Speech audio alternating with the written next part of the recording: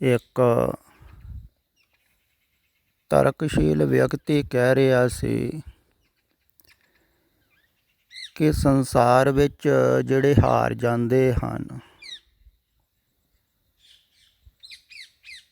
ਉਹ ਇਹ ਸੰਸਾਰ ਨੂੰ ਛੱਡ ਕੇ ਚਲੇ ਜਾਂਦੇ ਅਤੇ ਸਾਧੂ ਮਹਾਤਮਾ ਹੋ ਜਾਂਦੇ ਹਨ।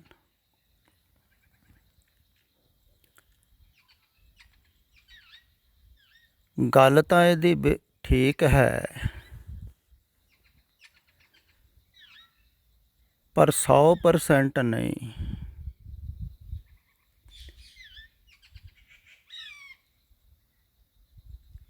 ਨੜਿਨਵੇਂ % ਇਹਦੀ ਗੱਲ ਠੀਕ ਹੀ ਹੈ ਵੀ ਜ਼ਿਆਦਾਤਰ ਸੰਸਾਰ 'ਚੋਂ ਹਾਰ ਕੇ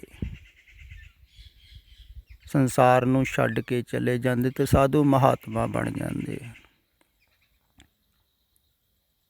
ਪਰ ਇੱਕ ਐਸਾ ਵੀ ਹੈ ਜਿਹੜਾ ਹਾਰ ਕੇ ਨਹੀਂ ਜਾਂਦਾ ਸੰਸਾਰ ਨੂੰ, ਸੰਸਾਰ ਨੂੰ ਜਾਣ ਕੇ ਜਾਂਦਾ ਹੈ।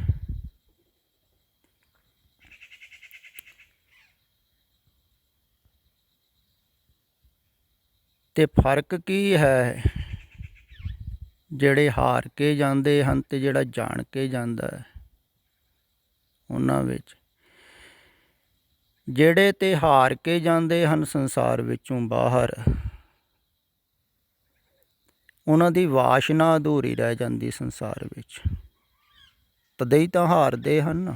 ਹਾਰ ਦਾ ਮਤਲਬ ਕੀ ਹੋਇਆ ਵੀ ਜੋ ਸੰਸਾਰ ਵਿੱਚ ਚਾਹਿਆ ਸੀ, ਚਾਹਤ ਸੀ, ਉਹ ਨਹੀਂ ਮਿਲ ਸਕਿਆ।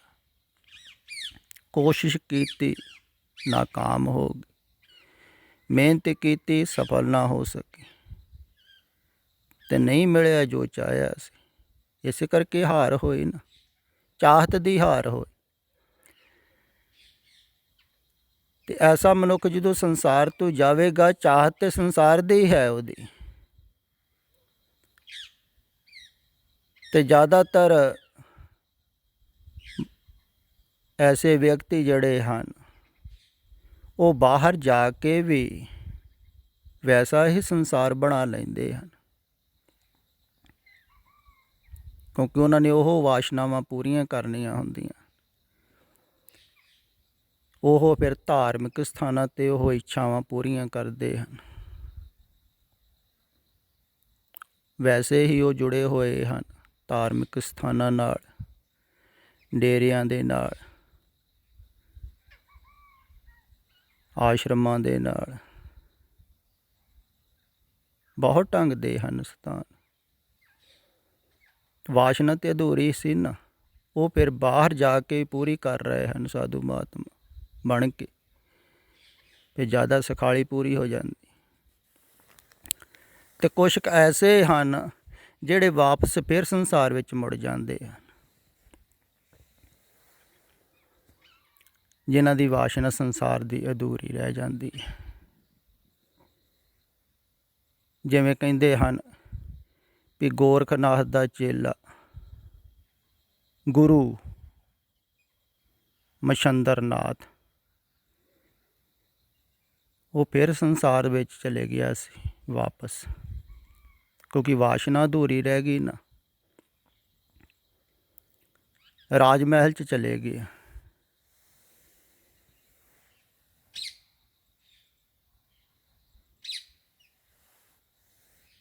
ਅਤੇ ਵਾਸ਼ਨਾ ਅਧੂਰੀ ਰਹਿ ਗਈ ਸੀ ਤਾਂ ਹੀ ਗਿਆ ਨਾ। ਚਲੋ ਉਹ ਪ੍ਰਮਾਣ ਪੁਰਾਣਾ ਰਹਿ ਗਿਆ, ਪੁਰਾਣਾ ਹੋ ਗਿਆ। ਹੁਣ ਨਵਾਂ ਤੁਹਾਡੇ ਸਾਹਮਣੇ ਹੀ ਪ੍ਰਮਾਣ ਹੈ। ਦੇਖੋ, ਉੱਤਰ ਪ੍ਰਦੇਸ਼ ਦਾ ਮੁੱਖ ਮੰਤਰੀ ਵੀ ਗੋਰਖਨਾਥ ਦਾ ਹੀ ਚੇਲਾ ਹੈ। ਗੋਰਖਪੁਰ ਗੋਰਖਨਾਥ ਦੇ ਮੰਦਰ ਦੇ ਵਿੱਚ ਇਹੋ ਹੀ ਮੁਖੀ ਹੈ, ਮਹੰਤ ਹੈ। ਦੇਖੋ, ਅਤੇ ਗੋਰਖਨਾਥ ਨੇ ਸੋਚਿਆ ਵੀ ਨਹੀਂ ਹੋਵੇਗਾ ਵੀ ਮੇਰੇ ਚੇਲੇ ਇੰਨੇ ਗਹਿਰੇ ਸੰਸਾਰ ਦੇ ਵਿੱਚ ਉਤਰ ਜਾਣਗੇ। ਫਿਰ ਮਛੰਦਰ ਨਾਥ ਨੂੰ ਜ਼ਿਆਦਾ ਗਹਿਰੇ ਸੰਸਾਰ 'ਚ ਗਿਆ ਹੋਇਆ ਹੈ, ਕਿਉਂਕਿ ਪੁਰਾਣੇ ਸਮੇਂ 'ਚ ਰਾਜਨੀਤੀ ਇੰਨੀ ਨਹੀਂ ਸੀ। ਰਾਜਿਆਂ ਦੇ ਰਾਜ ਹੁੰਦੇ ਸਨ ਤਾਂ ਉਹਨਾਂ ਨੂੰ ਇੰਨੀ ਟੈਨਸ਼ਨ ਨਹੀਂ ਸੀ ਹੁੰਦੀ ਆਪਣੇ ਸਿੰਘਾਸਨ ਖੋਹਣ ਦੀ, ਗੱਦੀ ਖੋਹਣ ਦੀ। ਅਜੋਕੇ ਸਮੇਂ 'ਚ ਤਾਂ ਬਹੁਤ ਜ਼ਿਆਦਾ ਖਤਰਾ ਹੈ, ਬਹੁਤ ਗਹਿਰੀ ਰਾਜਨੀਤੀ ਹੈ।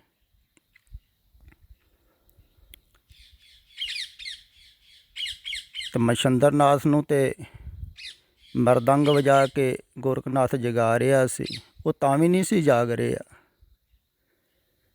ਤੇ ਇਹ ਤਾਂ ਬਹੁਤ ਗਹਿਰੀ ਨੀਂਦ ਦੇ ਵਿੱਚ ਸੁੱਤੇ ਹੋਏ ਹਨ, ਗਹਿਰੇ ਸੰਸਾਰ 'ਚ।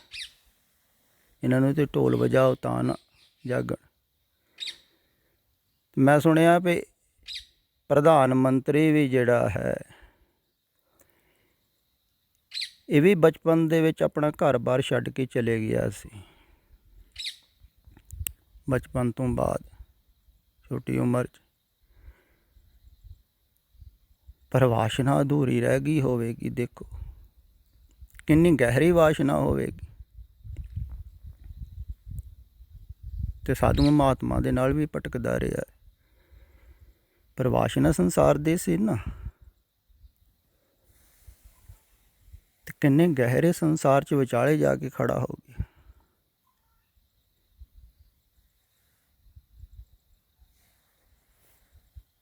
ਜਿੱਥੇ ਇੱਕ ਛਣ ਵਾਸਤੇ ਵੀ ਆਦਮੀ ਸ਼ਾਂਤ ਨਹੀਂ ਹੋ ਸਕਦਾ।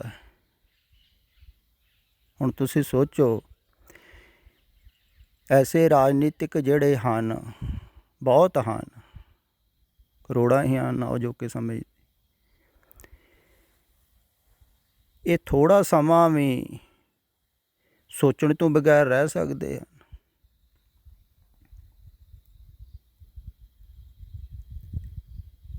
ਰਾਜਨੀਤਿਕ ਆਦਮੀ ਬਿਨਾਂ ਸੋਚਣ ਤੇ ਰਹਿ ਹੀ ਨਹੀਂ ਸਕਦਾ ਇੱਕ ਛਣ ਮਾਤਰ ਵੀ। ਖਿਆਲ ਕਰੋ,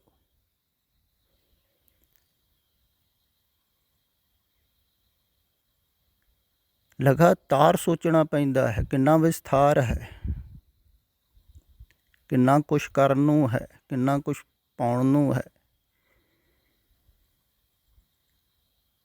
ਸਵੇਰੇ ਜਾਗਣ ਤੋਂ ਲੈ ਕੇ ਸ਼ਾਮ ਸੌਣ ਤੱਕ ਲਗਾਤਾਰ ਸੋਚਦੇ ਰਹਿੰਦੇ ਹਨ। ਰੰਚਕ ਮਾਤਰ ਵੀ ਉਹ ਵੇਲ ਥੋੜ੍ਹੀ ਛੱਡਦੇ ਆ। ਦਿਮਾਗ ਅਗਰ ਵਿਹਲਾ ਹੋ ਗਿਆ, ਵਿਚਾਰ ਨਾ ਕੀਤਾ, ਤਾਂ ਕੋਈ ਖਤਰਾ ਹੋ ਸਕਦਾ। ਰਾਜਨੀਤੀ ਗਈ, ਫਿਰ ਰਾਜਨੀਤੀ ਕਾਮਯਾਬ ਹੀ ਨਹੀਂ ਹੋ ਸਕਦਾ, ਨਾ ਸੋਚੂਗਾ। ਦਿਮਾਗ ਤੇ ਦੌੜਾਉਣਾ ਹੀ ਪਵੇਗਾ ਨਾ, ਸੋਚ ਵਿਚਾਰ ਚੱਲਣੇ। ਫਿਰ ਰਾਤ ਨੂੰ ਵੀ ਚੱਲਦੀ ਰਹਿੰਦੀ, ਕਈ ਵਾਰ ਨੀਂਦ ਨਹੀਂ ਆਉਂਦੀ, ਕਿਉਂਕਿ ਜਿਹੜੀ ਦਿਨੇ ਲਗਾਤਾਰ ਚੱਲ ਰਹੀ ਹੈ ਕੰਟੀਨਿਊ, ਤੇ ਰਾਤ ਨੂੰ ਕਿਵੇਂ ਠਹਿਰ ਜੂਗੀ।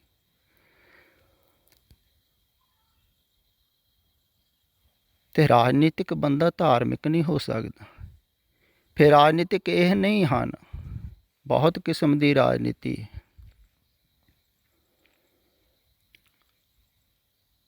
ਧਾਰਮਿਕ ਰਾਜਨੀਤਿਕ ਹਨ, ਸਮਾਜਿਕ ਰਾਜਨੀਤਿਕ ਹਨ, ਘਰਾਂ 'ਤੇ ਵੀ ਰਾਜਨੀਤੀ ਚੱਲਦੀ।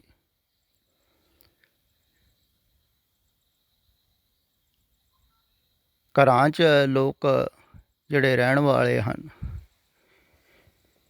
ਉਹ ਤਾਂ ਕਦੇ ਕਦੇ ਕੋਈ ਥੋੜ੍ਹਾ ਜਿਹਾ ਸ਼ਾਂਤ ਹੋ ਜਾਂਦਾ ਹੈ, ਅਗਰ ਉਹ ਥੋੜ੍ਹੀ ਰਾਜਨੀਤੀ ਕਰ ਰਿਹਾ ਹੈ ਘਰ 'ਚ। ਜਿੰਨੀ ਘੱਟ ਰਾਜਨੀਤੀ ਹੋਵੇਗੀ, ਉਹਨਾਂ ਵਿਚਾਰ ਘੱਟ ਹੋਵੇਗਾ। ਰਾਜਨੀਤੀ ਦਾ ਮਤਲਬ ਹੁੰਦਾ ਹੈ ਕੁਛ ਪਾਉਣ ਦੀ ਇੱਛਾ, ਕੁਛ ਬਚਾਉਣ ਦੀ ਇੱਛਾ, ਕੁਛ ਹੋਣ ਦੀ ਇੱਛਾ, ਕੁਛ ਦਿਖਾਉਣ ਦੀ ਇੱਛਾ। ਤਾਂ ਉਹਦਾ ਕਰਕੇ ਮਨ ਸ਼ਾਂਤ ਰਹਿੰਦਾ। ਫਿਰ ਦੇਖੋ, ਤੁਸੀਂ ਖਿਆਲ ਕਰੋ, ਘਰ ਦੀ ਵਿਚਾਰਧਾਰਾ ਹੀ ਲਗਾਤਾਰ ਚੱਲਦੀ ਰਹਿੰਦੀ ਹੈ ਜ਼ਿਆਦਾਤਰ ਲੋਕਾਂ ਦੀ, ਉਹ ਟਿਕਣ ਨਹੀਂ ਦਿੰਦੀ। ਫਿਰ ਅਗਰ ਨਗਰ ਦੀ ਹੋਵੇ, ਪਿੰਡ ਦਾ ਬਣਾ ਦਿੱਤਾ ਸਰਪੰਚ, ਪਿੰਡ ਦਾ ਮੁਖੀ, ਉਹਨੂੰ ਹੋਰ ਜ਼ਿਆਦਾ ਵਿਚਾਰਧਾਰਾ ਚਲਾਉਣੀ ਪੈਂਦੀ ਹੈ, ਕਿਉਂਕਿ ਪਿੰਡ ਬਾਰੇ ਸੋਚਣਾ। ਫਿਰ ਸੂਬੇ ਦਾ ਬਣਾ ਦਿੱਤਾ, ਉਹਨੂੰ ਹੋਰ ਜ਼ਿਆਦਾ ਸੋਚਣੀ ਪਵੇਗੀ, ਕਿਉਂਕਿ ਸੂਬੇ ਬਾਰੇ ਸੋਚਣਾ ਹੈ, ਵਿਚਾਰਧਾਰਾ ਜ਼ਿਆਦਾ ਹੀ ਚਲਾਉਣੀ ਪਵੇਗੀ ਨਾ, ਵਿਸਥਾਰ ਵੱਧ ਗਿਆ। ਅਤੇ ਜਿਹੜਾ ਦੇਸ਼ ਦਾ ਬਾਰੇ ਸੋਚ ਰਿਹਾ ਹੈ, ਉਹਦੀ ਤਾਂ ਬਹੁਤ ਜ਼ਿਆਦਾ ਚੱਲੇ।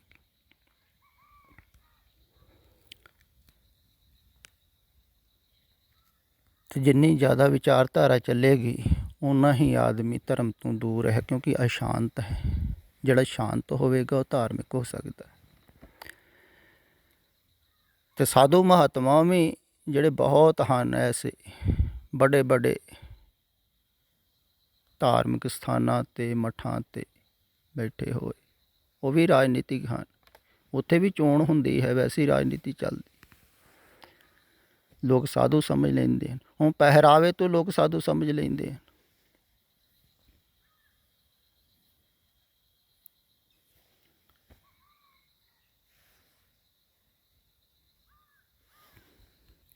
ਪਰ ਅੰਦਰ ਸੰਸਾਰ ਦੀ ਵਾਸ਼ਨਾ ਚੱਲ ਰਹੀ ਹੈ, ਚਾਹਤ ਹੈ, ਵਿਚਾਰਧਾਰਾ ਚੱਲ ਰਹੀ ਹੈ, ਸੰਸਾਰ ਨਾਲ ਜੁੜਿਆ ਹੋਇਆ।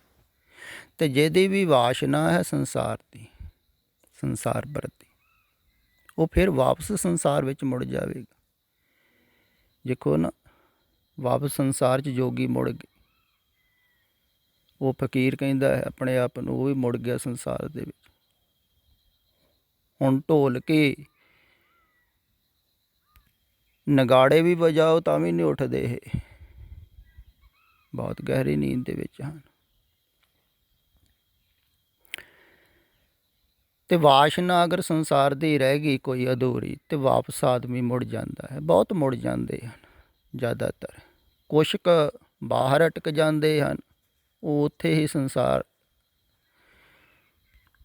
ਬਣਾ ਲੈਂਦੇ, ਉਹ ਵੈਸੇ ਹੀ ਉਲਝੇ ਹੋਏ।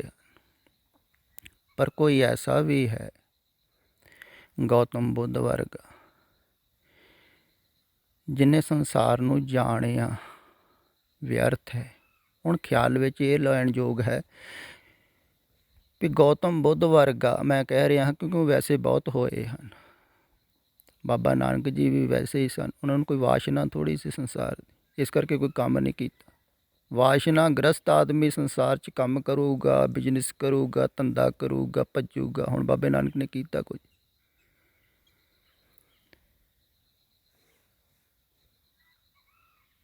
ਤੇ ਸੰਸਾਰ ਦੇ ਵਿੱਚ ਵਾਸ਼ਨਾ ਨਹੀਂ, ਦੇਖ ਲਿਆ ਨਾ, ਭੋਗ ਲਿਆ, ਭੋਗ ਭੋਗ ਕੇ ਜਾਣ ਲਿਆ ਵੀ ਇੱਥੇ ਕੁਛ ਵੀ ਨਹੀਂ ਮਿਲਦਾ। ਸੁੱਖ ਪੱਲਰ ਦੇਖ ਰਹੇ ਹਨ, ਵਿਅਰਥ ਸੁੱਖ ਹਨ।